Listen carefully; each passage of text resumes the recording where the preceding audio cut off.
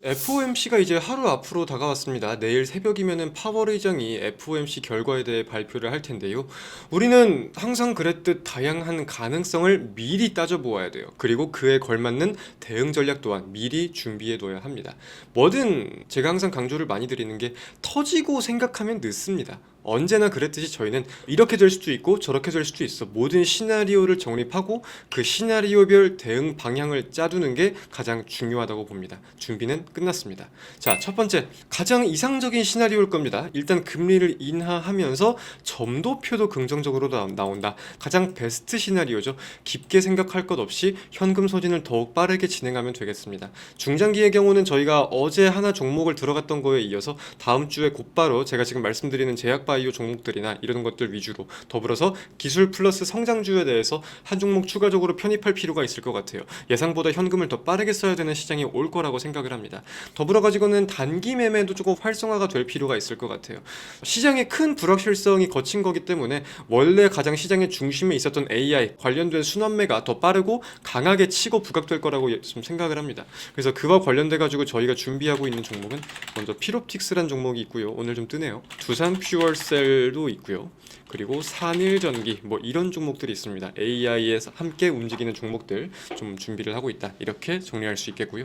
다음은 이번에는 금리는 인하를 했어. 근데 점도표가 불안하다. 이렇게 됐을 때에는 객관적으로 단기적인 하락을 전망합니다. 이번 금리 인하는 사실 시장에서 반영을 원래 하고 있던 내용이고, 지금 중요한 거는 2026년에 얼마나 내릴 건데 이 여부인데, 시장 예상보다 금리를 내리지 않을 거에 대한 충격 매물이 어느 정도 나올 수 있다고 봅니다.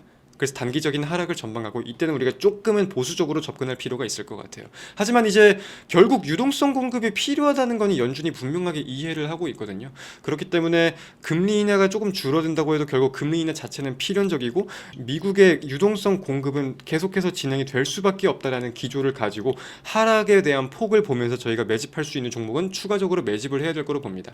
단기 매매는 잠깐 지양할 겁니다. 그리고 시장이 좀 눌린다는 거에 대해서 기존 종목 중에서도 편출이 필요하다 싶은 종목이 있으면 편출을 할 거예요. 손절이 되었더라도 편출이 필요하다고 싶으면 편출을 할 겁니다. 근데 이제 개인적으로는 미국발 불확실성이 확대가 되면은 국내 정책발 모멘텀은 좀 강해질 거라고 봐서 그 포인트는 우리가 또 좋게 이해해 볼 수 있는 종목들도 있을 것 같아요. 저희의 포트는 단순하게 그냥 업종별로 하나씩 깔아주는 구조가 절대 아닙니다. 증시의 시나리오별로 곧바로 좀 움직일 수 있는, 그러면서 최대한 리스크를 줄일 수 있는 방향으로 항상 짜여져 오고, 저희 포트에는 물론 편출되는 종목이 있을 수는 있겠지만 큰 문제는 없을 것으로 판단을 합니다. 자, 그리고 다음, 금리는 동결되었는데 점도표는 호조. 이 경우는 조금 애매한 부분은 있는데 긍정론에 가까울 거로 예상을 합니다. 달러의 움직임을 보면서 시장의 방향이 나오는 것을 하루 이틀 정도 지켜보는 게 좋을 것 같아요. 지금 시장은 12월 금리 인하를 반영을 많이 하고 있다 보니까 단기적인 충격 물량은 조금 곧바로 나올 수 있어도 낙폭을 메우는 게 어렵지 않을 거라고 생각을 합니다. 저점이 점점 올라가면서 우상향 장세를 전망할 수 있을 것 같아요.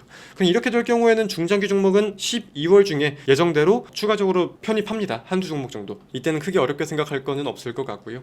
근데 만약에 금리도 동결되고 점도표도 불안하다라고 했을 때, 이때는 소나기를 좀 피할 필요는 있습니다.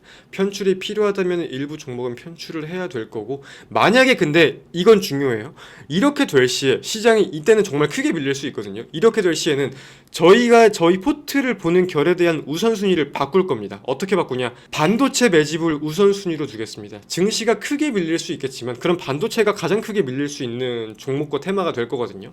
그러한 반도체의 메리트가 가장 커지는 구간으로서 판단하고 그에 걸맞게 대응하겠습니다. 그래서 FOMC에 대한 시나리오는 좀 이렇게 정리를 할 수 있겠고, 이와 별도로 제가 중요하게 보는 부분이라면, 연준에서는 지금 양적 긴축을 종료하고 추가적인 움직임에 대해서 어떻게 언급할지 여부가 꽤나 중요하잖아요. 실제로 지금 금융권을 비롯한 각종 기업들의 자금 수혈이 필요한 것은 분명하게 확인이 되었고, 최근에 스탠딩 레포를 우리가 본다고 했을 때에도 기업들에서 이제 보유하고 있는 미국채를 담보로 연준에 직접 돈을 빌려주세요. 그리고 연준도 자금을 직접 수혈하는 그런 구조가 꽤나 많이 확인이 되었었는데, 연준도 분명하게 인지를 하고 있는 만큼 유동성 공급에 대해서 어느 정도 언급이 좀 될 거라고 이해를 합니다. 그리고 그 부분에 대해서 주목을 좀 잘 해보겠습니다.